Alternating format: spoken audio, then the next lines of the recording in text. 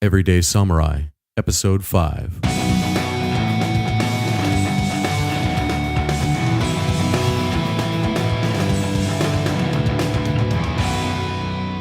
Greetings, friends, and welcome to Everyday Samurai, in service to your liberty and the security of a free state. Just what is a free state? It's a state of being where people are secure in their persons, houses, papers, and effects. This is more easily summed up with the word property, which is a convenient line that everyone can distinguish what is one's own versus what is not. So using property as your guide, it is easy to know when a line is being crossed and when a violation occurs. Using this straightforward standard, it is possible to create a world that does work for everyone because the only legitimate use of force is to protect people and their property. In other words, we don't hurt people and don't take their stuff. And conversely, it is indeed legitimate to use force against those that seek to hurt people or to take what is rightfully owned by another. So, informed by these principles, we now know when violence is justified and when it is not. Of course, legislation in differing political jurisdictions will likely deviate from this standard, and it is incumbent upon each individual to conform with the legislative constraints they face, given the highly distorted environment. In other words, Everyday Samurai is not in the business of giving legal advice. We are simply describing principles and awakening the consciousness of warrior virtues and a protector's ethic, which is also part of an effort to change culture, such that defense of liberty will once more be viewed as honorable, and politics and law will similarly reflect these values. What about you, friend? Are you down for that mission? Those that are willing to stand up for justice and uphold the principles of proper conduct in human relationships we can safely call warriors, or as they were famously known in the Japanese tradition, samurai, which means one who serves. Service in pursuit of justice or upholding the integrity of people and their property requires a willingness to do violence in the face of would-be property violators. It takes a willingness to offer one's life or limb in service to one's oath to provide protection, whether that is through allegiance to a client or for those people and things that you hold dear. This is entirely different from the notion of fighting sports, where contests take place in a controlled arena with rules decided in advance. The objectives of such contests are different as well. I'm going to read a few paragraphs from some credible authors to provide some context. The first is Ken Good of ProgressiveCombat.com. He's a former Navy SEAL and now is focused on tactical training. And he's posted an article on his website titled, "Which Cage Do You Fight In?" Quote, "From my limited viewpoint, sport cage fighting is a challenging endeavor. It takes discipline, courage, specific conditioning routines, dedication, and heart. It takes a willingness to reform and rethink your approach as required. Strategies and techniques for this type of encounter have improved dramatically over the years and as I've observed it. It is awesome to see the transformation based on lessons learned. A test in this cage results in a winner and loser usually patting each other on the back saying, 'Good fight,' based on mutual respect. If not, they pass on their verbal jabs and leave it at that. The cage is a known quantity with clearly defined rules of engagement. Therefore, specialized training routines, strategies, techniques are developed and deployed with varying degrees of success. In fact, in many cases, you can specifically study or train for a particular opponent. If you lose, you get to prepare for the next individual. No big deal in the grand scheme of things. Those that prevail in sport cage so under the following conditions. One opponent, usually predefined. Fighters are generally injury-free in terms of major function. Predefined time of engagement. Warm-up period. Normally a predefined time limit for the fight itself. There is a referee. Oftentimes, outside judges are employed to determine winners. Gloves to prevent serious injury to that one opponent. If a serious injury is incurred, fights are stopped by any number of people and immediate medical attention is given. Minimal clothing, well-lit conditions, no weapons. A relatively safe environment in terms of glass, concrete, sharp metal protrusions, moving vehicles, holes, wires, etc., etc. Glory or money to the individual winner. The cage that police and military personnel find themselves include, but is not limited to, multiple potential threats and adversaries as well as other friendly forces.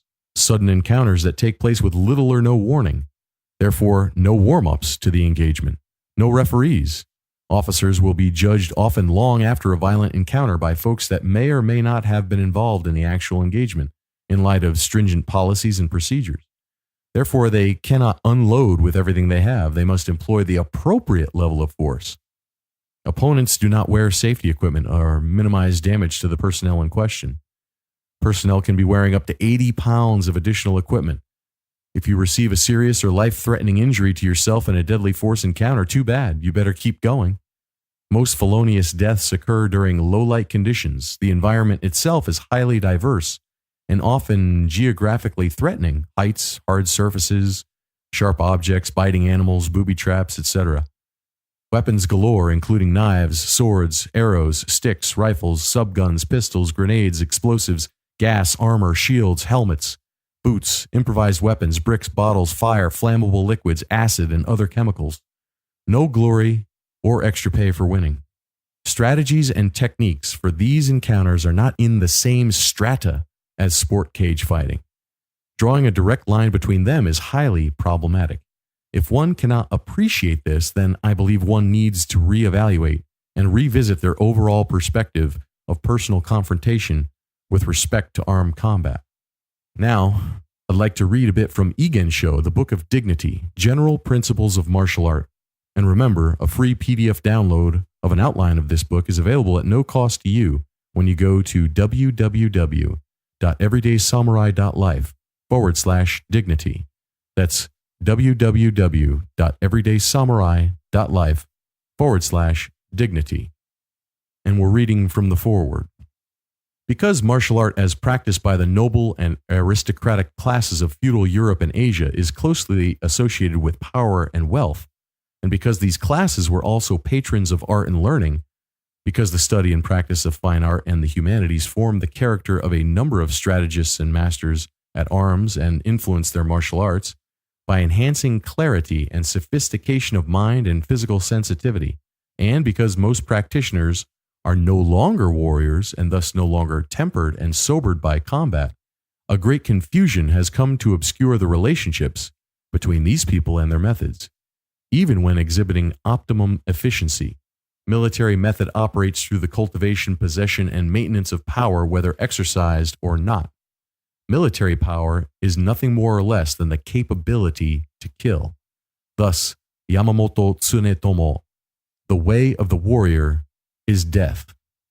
Martial art is not a means of self-defense. Karl von Clausewitz defined war as, among other things, the realization of policy through extreme means. Sun Tzu said, war is a matter of vital importance to the state, the province of life and death, the road to survival or ruin. Thus, the province of martial art is the province of the state, the province of policy. The state administers two general areas of policy, foreign and domestic. War is a matter of foreign policy. Law is a matter of domestic policy. Martial art, then, is the art of government. So to talk about this in further detail, we are fortunate to have the author of Igen Show with us, Karasuma Kantaro.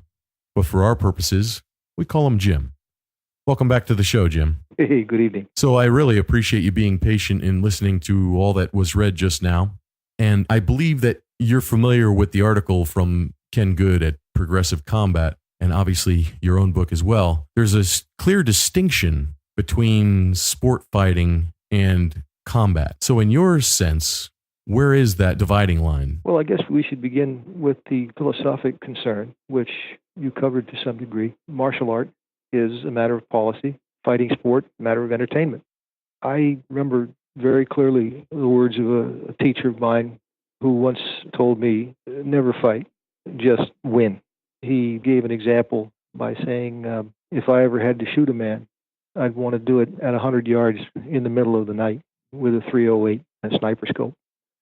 In other words, a test of mental test of prowess is the nature of sport competition, and it has its various virtues and legitimate purposes. Any sort of sport, most especially including fighting sports, going back to the ancient world, was originally a means of training for war during peacetime, a way of maintaining morale in your military a way of maintaining physical and mental and spiritual condition during possibly prolonged years of peace.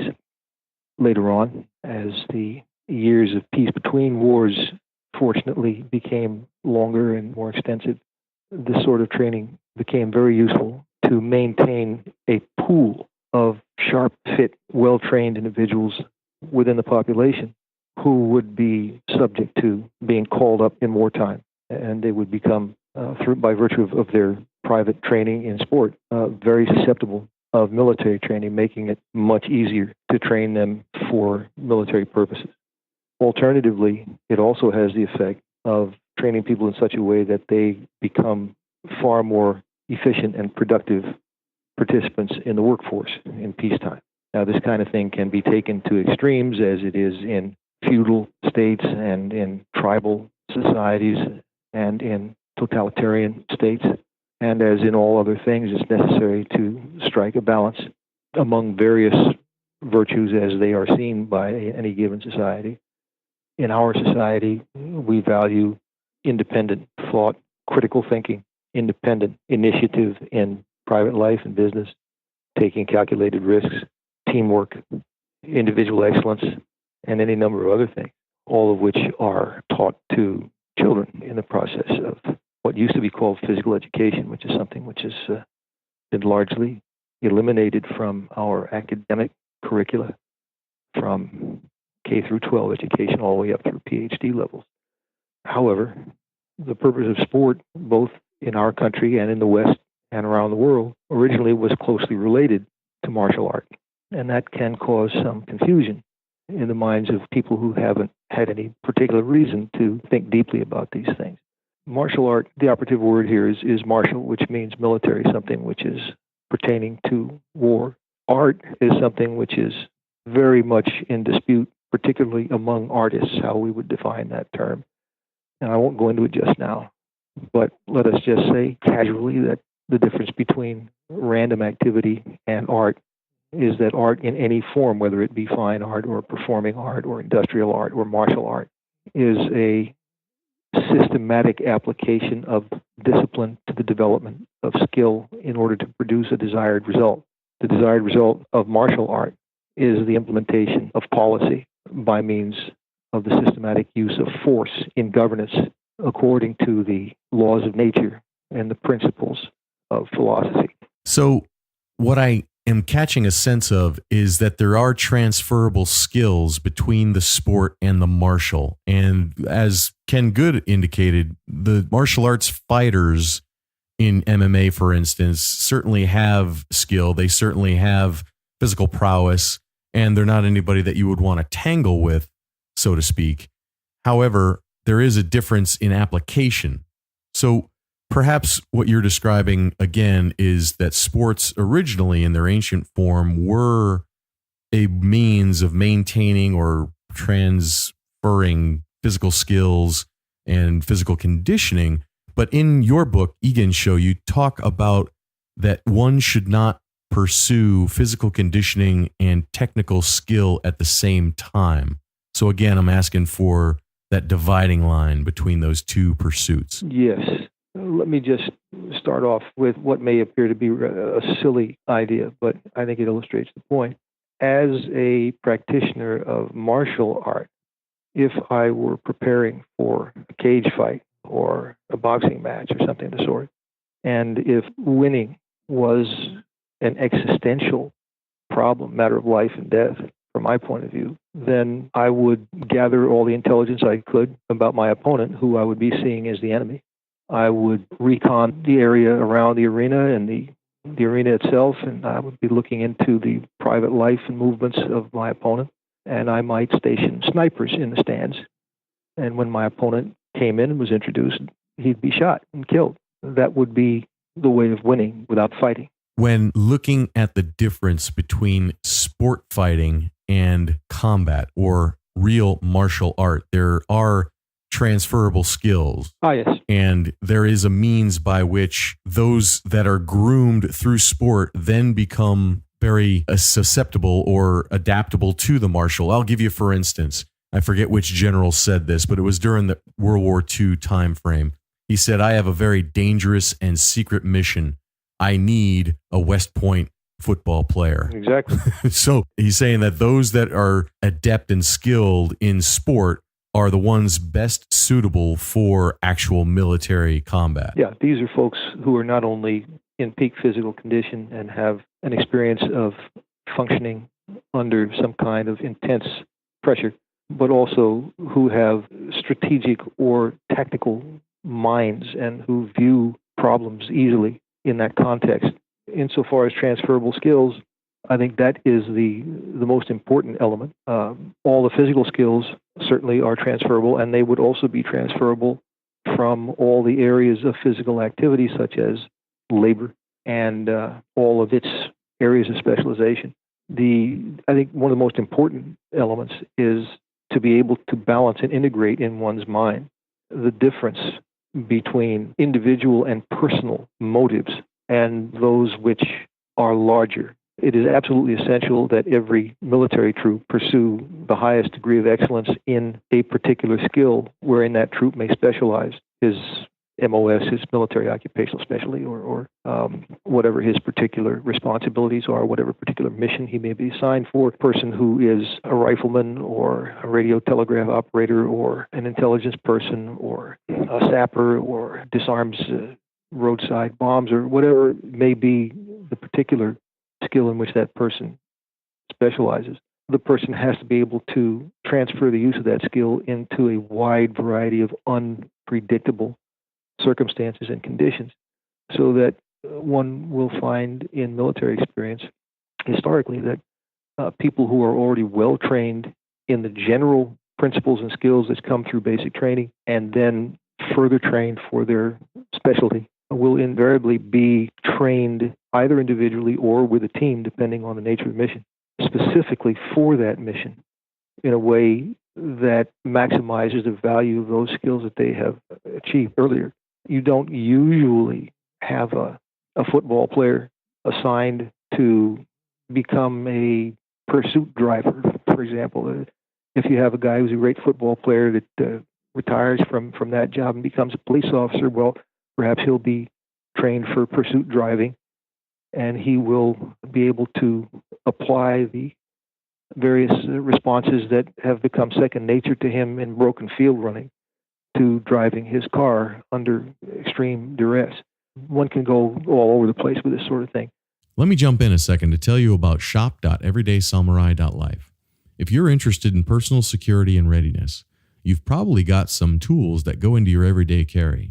Hopefully, this includes a tactical pen, because when you're legislatively or otherwise situationally unable to carry the best tools for the job, your last resort might just be a tactical pen. Having the right one could just be the deciding factor in a crisis. At shop.everydaysamurai.life, we've got an assortment of tactical pens ideally suited for strength and power when you need it most. A tactical pen means you've always got options.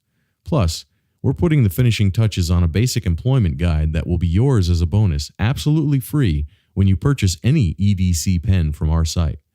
So check out shop.everydaysamurai.life today. Pick up a tactical pen, a first aid kit, or even some samurai-themed accessories.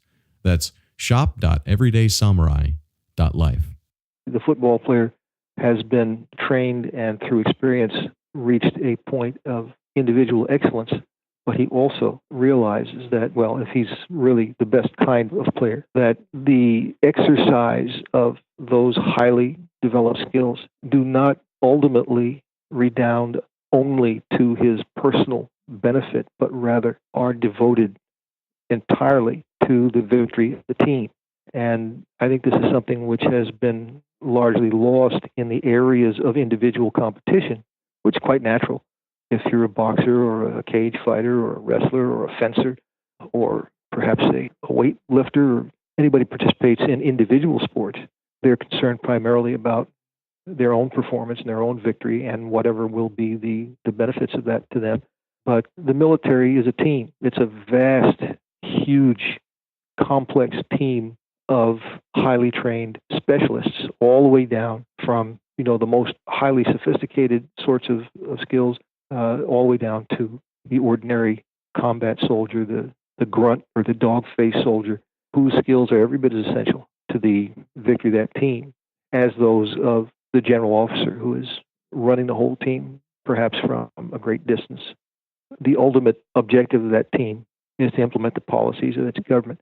With respect to the government of the United States, our ideal is to secure the rights of our citizens. I believe that the only legitimate purpose and function of the United States government and all levels of government within the United States were the ends stated by Thomas Jefferson in the second paragraph of the Declaration of Independence. He mentions the rights of life, liberty, the pursuit of happiness as being exemplary. And he says that in order to secure these rights, governments are instituted among men. So in any war, in any military operation, ideally, the ultimate aim of the operation is to secure the rights of the American citizenry. That is quite a different goal, requiring quite a different mindset from what one may encounter in the ring or on the playing field. But the skills are most certainly transferable because the mechanical nature of the transaction is to avoid or to overcome opposition in order to complete whatever the mission is that you may be assigned. I know that one of the training disciplines in law enforcement is stress inoculation and the ability to not only perform an arrest or use your firearm to a degree of proficiency, but also to be able to maintain either that degree of proficiency or an acceptable degree, even when under duress, even when facing a hostile opponent or multiple bits of information that are overloading your ability to process.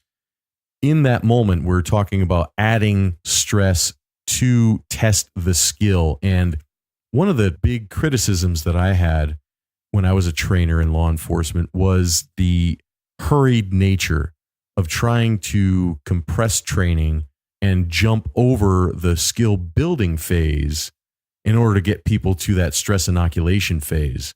One of the things that I foresee is that someone with an athletic background, such as a quarterback, that is used to having people trying to tackle him while he's trying to pass a ball in some way, is that the stress inoculation is built in. So there is that transferable skill as well. Do you see that when you're also training? Interestingly, what you've described is an endemic problem for government personnel. I haven't heard it recently. It's sort of an old phrase, but it used to be fairly common to say that whatever level of skill or efficacy had been achieved in a particular time and place for whatever purpose, if it reached a point where it was far from perfect, but good enough to go on with, they used to call it or say it's good enough for government work. And the implication there is that all government officials, all elected and appointed officials and hired personnel are functioning within the narrow limits of a budget and a time frame, and also within the particular policies of a given government department and the culture of that department as determined by the individual personalities and experiences of the people who run it.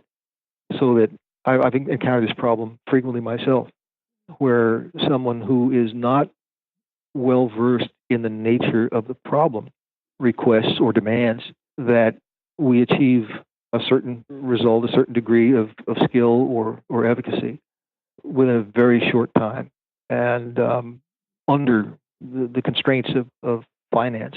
And this kind of thing puts heavy demands on our ingenuity and our imagination. We do the best we can, if necessary, to produce the best results we can within those constraints. But ultimately, beyond a point, it's not possible. A government, a military establishment, a police department has these problems in spades. It's also influenced by the political atmosphere in which the proper way of solving a problem may be contraindicated for political reasons. That's right. And if we look back at during the colonial times and the American Revolution, which we've talked about previously on this podcast, say what you will, George Washington, the best thing that he ever did was step down after 2 terms as president. I personally have a great problem with his battlefield tactics and his desire to try and fight like he was a European continental commander versus a guerrilla, and wanting to stand in pitched battles and exchange volleys of fire in the open terrain, whereas it would have been much better to just snipe those general officers from the British and get them to leave and never have a moment's peace until they left the continent. George Washington didn't want to have that. He wanted to have that honorable exchange between officers, and he put a moratorium on assassinating officers from the other side. So again, we're looking at your approach, like what you described earlier. If you were really considering a cage fighter your enemy, you would probably snipe them from a distance. And similarly, policy tends to hamper efficiency. So maybe you could speak on that. Well, certainly George Washington and all of his contemporaries were products of European culture. By that time, certain unique elements of American culture had begun to form on this continent, but Washington was a product of British military training. Yet in the French and Indian War, preceding our War of Independence, which Washington inadvertently actually started himself, and subsequently, he did employ irregular infantry tactics, and he employed people who were specialists in that area, most notably a gentleman by the name of Colonel Robert Rogers, who was a Scotsman and had the history of his own culture.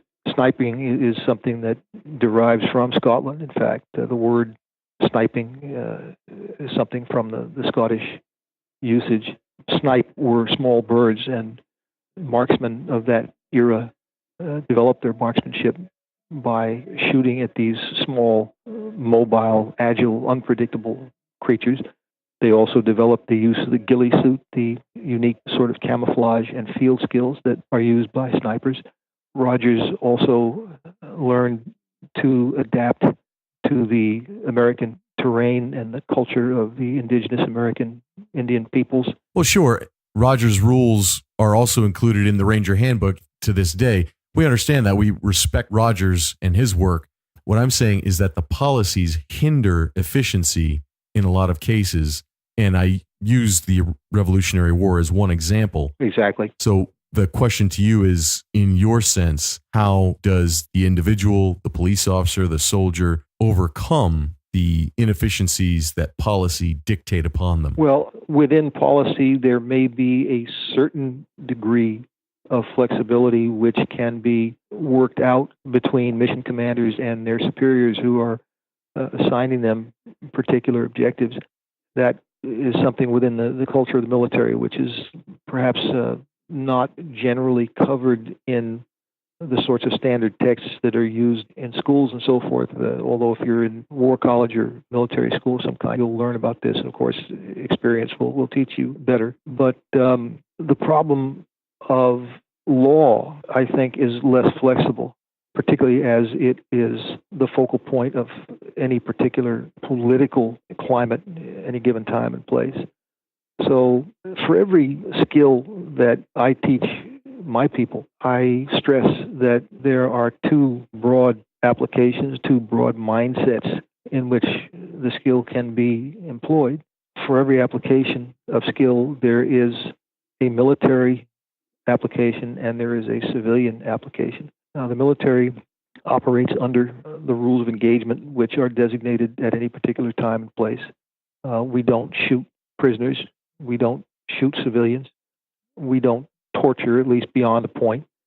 And that confronts us with tremendous problems. For example, the Iraqi military during the recent Gulf Wars and Iraq War was to position troops and arsenal or ammunition dumps or things of that kind deep inside the civilian population in major cities and so on. The enemy, quite rightly, from a strategic point of view, knowing that the American military and government would be condemned worldwide for any frivolous use of force against civilian populations in order to get at the Iraqi military or its equipment, would be contraindicated for political reasons, war being the extension of politics through extreme means.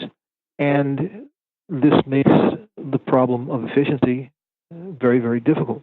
with respect to the population of a combatant nation, looking at the Chinese Korean War or looking at the Soviets during World War II, their policy was to spend the lives not only of their military but of their civilian populations as though they had no value at all. Many people have been led to believe by propaganda, by entertainment, by movies, and so on that the United States military won the Second World War.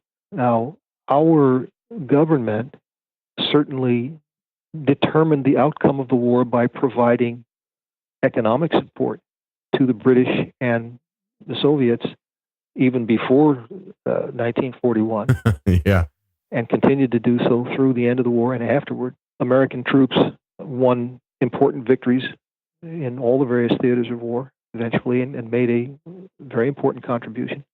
But if any single power can be credited with the ultimate victory over the Nazis, ironically, it would be the Soviets in my estimation. I agree with you. And one of the things that I always tend to chuckle, especially now that I look at everything through the lens of political economy, is that we don't look at intentions, we don't look at the pageantry, we don't look at any of the distractions. We actually look at results and the cause and effect relationships. That's the science of political economy. And when you look at World War II, there's no other conclusion that you can draw except for World War I being the war to make the world safe for democracy. World War II was the war to make the world safe for communism, because the outcome was always in the favor of the Soviets and the Red Chinese.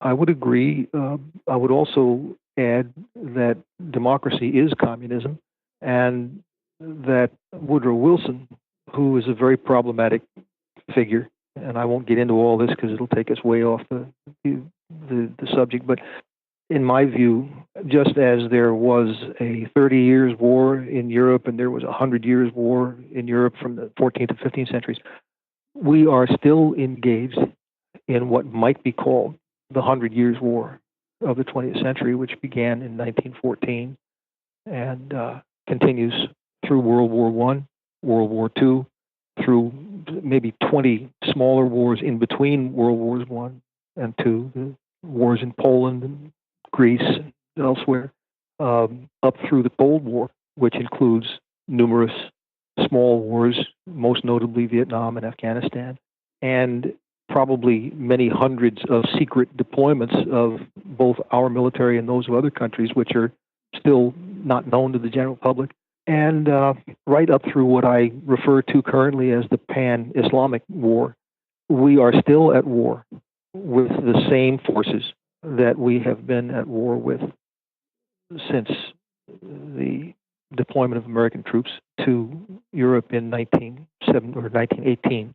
The Russians and even the Germans and the Japanese had a policy of utilizing their human resources without any consideration whatsoever for the rights of their own people. And as a result, the United States, which was only engaged from 1941, in my view, World War II started in 1931 with the Japanese incursions into China and the establishment of the puppet state of Manchukuo, the Outer Mongolia, by the Japanese government in 1931. It started in Europe in 1939 for the British and the Germans. So we were given a fairly long period of time to observe all this and to prepare for it. And while the United States was the richest of all the nations so engaged and won the war in one sense through its economic power, its superior ability to organize for production, we pursued a policy, if you want to put it simply, as not fighting hard, but fighting smart. Now, of course, our people fought hard, but in 3 years of warfare, we lost something on the order of 400 to 450,000 dead, with between 15 and 16 million people deployed in the field. Whereas the Soviets, beginning in 1941 with the German invasion of the Soviet Union, ultimately lost an estimated 27 million dead, which is the largest casualty list in the whole history of war. They did this for two reasons. Number one, because their war was an existential war fought on their own ground, but also because of their fundamental philosophy, which is that human life means nothing and individual rights do not exist.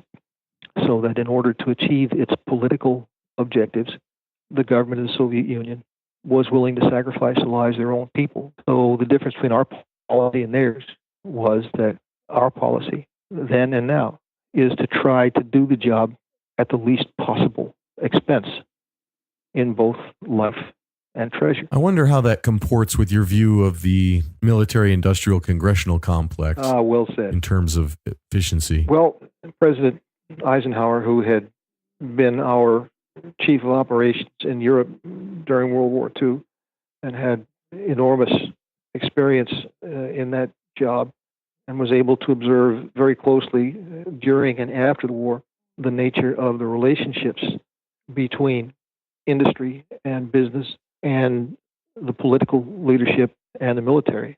In his farewell address after serving 2 terms as president, warned the American people against permitting the expansion of this relationship to the point where the relationship between Congress and the military and industry would become fascistic. I get it, but that's what the summation of what the military-industrial congressional complex is. What I'm asking you is, how do you see efficiency in terms of life and treasure in light of what exists in the military-industrial congressional complex? Are we speaking about the current military, or are we talking about the civilian population? I'm talking about the propensity for wars to not be won, for them to be continuous, which is what our friend from 1984 talked about. We see that playing out, especially as you indicated, that we're talking about the long cycle of war. And I can reference Philip Bobbitt's The Shield of Achilles, where he talks about long cycle war, and we're still in the midst of it. And what you talked about with the Islamo-American war, these things are not being won because they're not being decisive. And it's a matter of policy, which ties us back to our earlier conversation, how we started this episode, is that the difference between sport and martial is the policies involved. And when we talk about trying to be efficient, to win with great efficiency in terms of what's expended in personnel and treasure, it's kind of hard to square saying that the United States has an interest in efficiency when we're expending money on wars that do not end. Let's get back to this idea of 100 years war in the 20th century, which goes back to the British Empire and its concept of the great game, in which they were competing with the Russian Empire, which is to say not the Soviet Union, but the Empire of the Tsars, for dominance of Europe and of the Middle East and elsewhere. The problem of building and ruling and defending an empire, a maritime empire, which is one which extends across seas and oceans, required, from a military point of view, the dominance of the seas by the Royal Navy in order to ensure both commercial and military flexibility and efficiency. That's a whole subject all by itself. But from the time of the First World War through the interwar period, through the end of the Second World War, the British Empire, for various reasons, and all the major maritime empires of Europe were ultimately destroyed by the expense in life and treasure, by the destruction of internal economies, and by the instability within the empires, which was brought about by the ultimate inability of the imperial powers to afford the cost of ruling these empires. By the end of World War II, the United States essentially inherited the mantle of empire from the British. The United States government previously had been largely ruled by the policy set down by James Monroe in the early 1800s, which was that the objective of the United States government to paraphrase his words, was not to go out around the world seeking monsters to slay, but rather to limit the military mission of the United States government to defending the integrity, the national sovereignty of the United States government, and ensuring the rights or securing the rights of the American people, which was the original purpose of the use of force by the U.S. government. As a result, after the War of Independence, our military was essentially disbanded. Just a small officer corps and a few men were maintained. Where I'm going is that we were not prepared for the War of 1812 when we had to rebuild our military from the ground up. And the same thing was true in Cuba in 1898. The same thing was true, actually, if I skipped a spot there, the Civil War of 1861-65, and up through the First World War. The United States government had never maintained a large, strong army, which was very much according to the provisions of the Constitution that provided only for a navy and relied on the militia for internal defense. As a result, by World War II, we were once again completely unprepared, and we had to rebuild our military from the ground up. And because of the communist policies of the Roosevelt New Deal government, our economy had also been destroyed, and we had to rebuild that from the ground up. And we had to do it damn fast. Friends, if you are at all interested in Japan, the samurai, or Japanese martial arts of any kind, it is essential that you learn at least the basics of the language. That's right. You must study Japanese to have credibility in samurai-related martial arts. At least set a personal goal to learn the proper pronunciation for the terms in your art. Learn to say the names of the techniques correctly and be able to interact a little with the Japanese people you'll inevitably run into. Right now, there's no excuse, because when you sign up through my special link, you'll get a free 14-day trial to Rocket Languages. Just go to everydaysamurai.life/rocket to access interactive audio, culture notes, voice recognition technology to check your pronunciation, writing lessons so you can read the road signs or find a ramen shop when you need one. We're talking about 128 hours of lesson time and a downloadable app to take it all on the go with you. You can learn Japanese on your commute. It's never been easier. All this free for 2 full weeks when you go to www.everydaysamurai.life/rocket. That's everydaysamurai.life/rocket. After the surrender of the Japanese in 1945, the new policy of the United States government was never to be caught with its pants down again, and to maintain a strong, agile military in a state of constant readiness to cope with any sort of aggression that might be encountered from foreign nations. At the same time, the British, who had been our chief ally during the 20th century, pretty much lost their power, both economic and military, to a very significant degree. They were exhausted. And it fell to us to take over the policing of the seas, and we began to think ahead strategically to maintain awareness and readiness and position to squelch any emerging potential threat anywhere in the world before it could develop into a major war on the scale of the world wars. At the same time, this required the maintenance of a large military establishment, which required the services of the private sector in finance and production, and the military being a mechanism of the United States government.